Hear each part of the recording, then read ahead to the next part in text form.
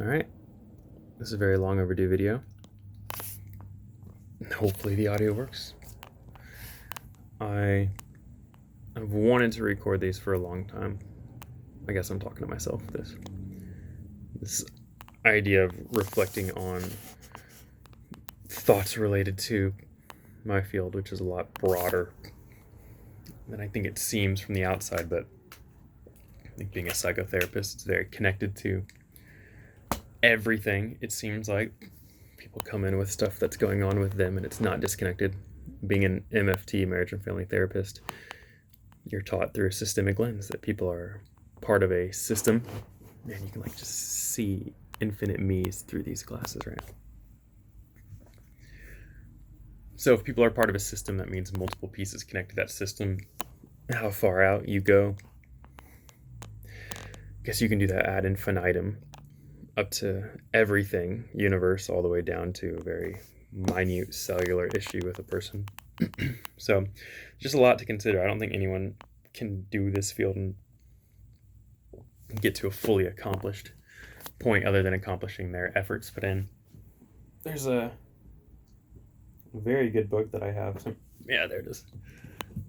Bookshelf under here. This one. Irvin Yalom's The Gift of Therapy. I think there's a lot to admire about getting to a point where you can write these types of stories. Just, gosh, I don't know how many there are in here. 100 nearly? 80 something looks like. Just vignettes of his life as a therapist and clientele. Just kind of wild to think about the depth that can go. But this is intended to be a series, ideally every Monday. I've been thinking about it for probably over a year, after tons of excuses to not do it. All of them rubbish. But Monday Musings of a Psychotherapist. I like the sound of it. I've done tons of blog posts under that title, I guess, on my website, expressing thoughts that way. It's not the same as free flow, just thinking and reflecting on week to week. Those weren't used for reflecting as much, and still aren't, but I haven't written one for a while. But the initial idea came from a Carl Whitaker book, which I had to look back up on my computer here because I seem to forget part of it, but Midnight Musings of a Family Therapist. I always want to say Midnight Musings of a Psychotherapist, which not quite the same thing. Midnight Musings of a Family Therapist. I like the prospect of an alliteration at the start of that, but Monday Musings of a Psychotherapist is what I went for. So credit to him. One of my posthumous therapy mentors, or posthumous, depending on your preference. Very good therapist, very inspiring of me for a lot of different things. So yeah, I don't know where these will go.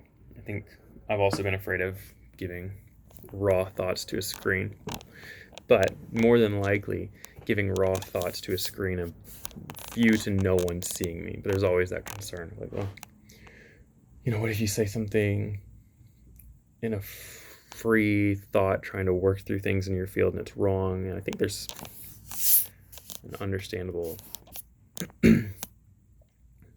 form of accountability and holding authoritative responsibility when you say certain things, especially if you have an audience, of which I don't.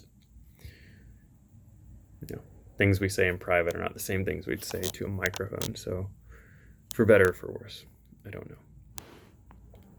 So the thought of, having an opinion or working through something in a way that other people don't understand, and it being very controversial, what that could look like, or just the rawness of it, of, potential clients seeing it, or prospective clients, and having their judgment, or having to address something silly. But that's kind of the weird exchange with online stuff. People put themselves online all the time and get embarrassed when it's brought up. People say, oh, you had a YouTube channel, which isn't the case for me because I have nothing of a YouTube channel. But seeing it with other people, and they get embarrassed about it, it's It's weird, like putting your stuff online and you get embarrassed, but I would feel the same way, and I don't really understand why. Maybe it's hiding behind some sort of guise of, I can put this stuff out, but it's not really me, the same way people will bully or say things online in video games or in chats or in anonymous groups, and they can hide behind something. But it's interesting because it's still being said, so that's still in the person. So to me, it's a question of, is that being repressed and is finding a way out, or is the anonymity giving space for thoughts that don't need to be spoken to be put out? Probably combinations of the lot. But regardless, it's just weird to think about this. And the reverse effect could happen. If videos blow up and I'm afraid of people seeing them, it could also draw the right people to me. It's probably a fear of being interpreted. I've always had that fear of being interpreted incorrectly, of not having a concern that people won't like me, but will they dislike me for untruths. So if someone says they hate me because they heard that I don't like animals, well, I do like animals, so they hate me for the wrong reason. I think that's the concern. But if they hate me because I like animals, I do like animals, so if that's going to make me hated, then so be it. Something about being liked or disliked for the right reasons. Same would be true if somebody came up to me and thought I was someone I wasn't and appreciated stuff I'd done, and they now like me for the wrong reason. That doesn't feel right either. Something about just being seen truthfully, which is not something we can control. So that's a hard one for me. That's like what I prefer, but I can't control how people see me or if they're seeing me for the right reasons. Yeah. So I'll be curious where these go. I want to stay on this on a weekly basis and do other stuff with these posts. And at the end of the day, they're probably for me to hold me accountable to actually think. I'm someone who likes to think and to think deeply. And I like to write, I like to reflect. I like to have conversations with people. I like to have conversations with people that want to talk about hard things. They're not going to get upset or bothered by crass curiosity, I guess. There's a difference between harsh words coming from a place of hate versus coming from a place of genuine curiosity and discovery. I like those. Doesn't mean I want to aim for crass comments ever with people. But sometimes people have to say weird things to get understood properly, or rather to understand something properly or closer. I think it's more once you fully understand something and you still hold a crass stance on it, I guess, you can die on that hill if you want to. But using this as space to think through stuff. It's an outlet. So 0 viewers or 5, whatever. And it's nice because it can feel like a conversation if people close to me want to watch it. People I don't have time to talk to, but they're curious about where I'm at or how I'm doing. Ideally, if I do this every Monday, I can say, hey, how is Ryan doing on April 15th, 2024? Did he pay his taxes? I'm pretty sure I paid my taxes on time. I'll know soon if anything was done wrong, but I got them all in, printed my receipts. Yeah. So now someone knows, whoever I don't talk to today, which is not really an excuse to post things on a therapy page. I want this to be more reflecting, but I can't detach myself from my work, and my work is as a therapist, and therapy in itself cannot fully be detached from the world around it. I think by definition it cannot exist only in itself. Probably nothing can, really. Everything is, well, most everything that I can think of is connected to something else. I'm fortunate enough to have a job and a career in a field that is seemingly deeply integrated into everything. The world can live without therapists, but therapists do not function without the world, so that's interesting. Every person brings in a whole story and a whole system with them, and they overlap a lot. Being based out of Kansas City, pretty much everyone I see is right here in Kansas City.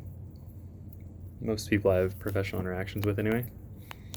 So something that happens in Kansas City happens to all my clients, but not everything that happens to one client happens to the rest of them. So it's interesting how systems interweave and connect, and the systemic side of it's fun, very complicated and tiring at times, but that is what it is. But it's really cool. So having this space to express those cool things, to work through them, think through things.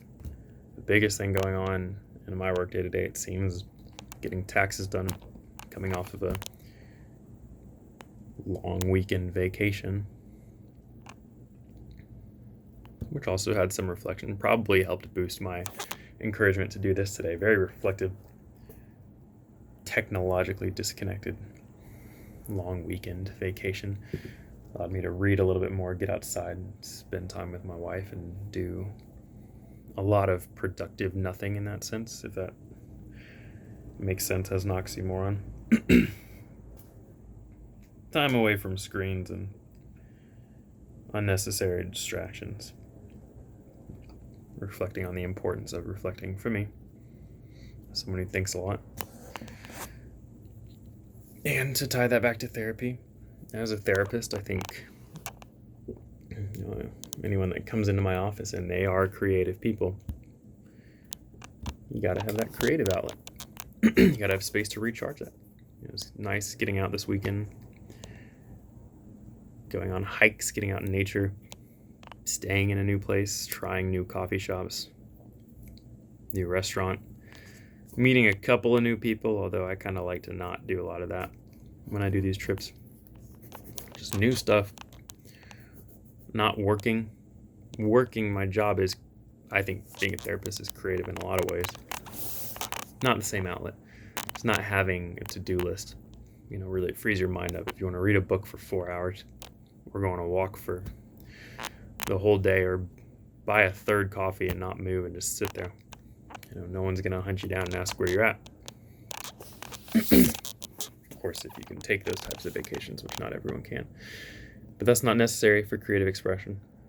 I would view it very much as a mental health necessity. If you are an artist, you need to do art. You have to. You might not physically die, but there's going to be somewhat of an existential death if you don't pursue that. It doesn't mean you have to put your family on the street because all you can do is work on your art project, but if you're a painter, paint. If you're a singer, sing. And if you're a writer, write.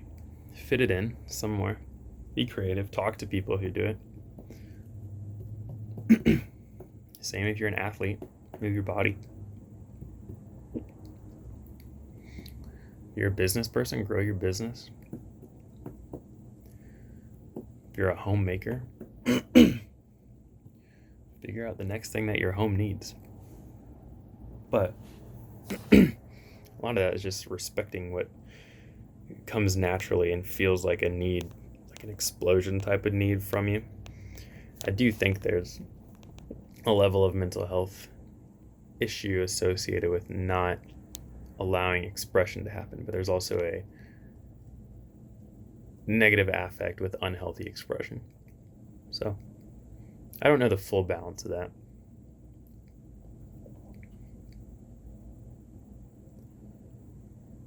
You can't have a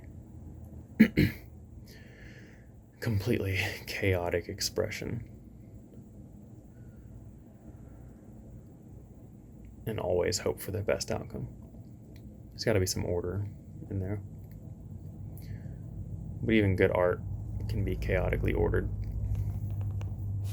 So people need to express themselves, and so that looks different for a lot of people. I need to think, I need to talk. That's how I thrive. I like to write. So that means I need to do writing. I like creative writing too. It can be nonfiction, but there's something about writing fictional things. Nonfiction's fun. I like music. Being able to play music. Being at, my stage in life and having multiple musical commitment and rehearsals and sets on a weekly basis is super satisfying. It hasn't always been the case. It's the most now than it's ever been, and ironically, I feel like I've put the least amount of effort into making it happen than I used to. But it's, again, existential necessity might be the right word. To feel like everything up here is moving well, and for anyone who believes there's, deeper meaning to life, which by all accounts seems to be a psychological need to have some understanding of deeper meaning as opposed to just day-to-day stuff, which I would argue most of life's meaning, a lot of it anyway, comes from how we handle the day-to-day.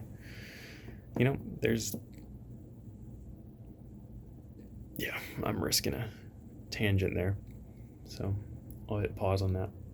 But I think this is good. Yeah. First 3 minutes there felt like an eternity, but now we're at 16 minutes, and that flew by and started to lose part of my train of thought, which means I'm probably tired, and I've probably put in enough effort for this video today. So who knows next Monday, but if I'm not mistaken, that's a sort of Passover. So we'll see if there's any religious reflection going on there, another deeply important part of therapy. So we'll see. Yeah, that'll be it for today.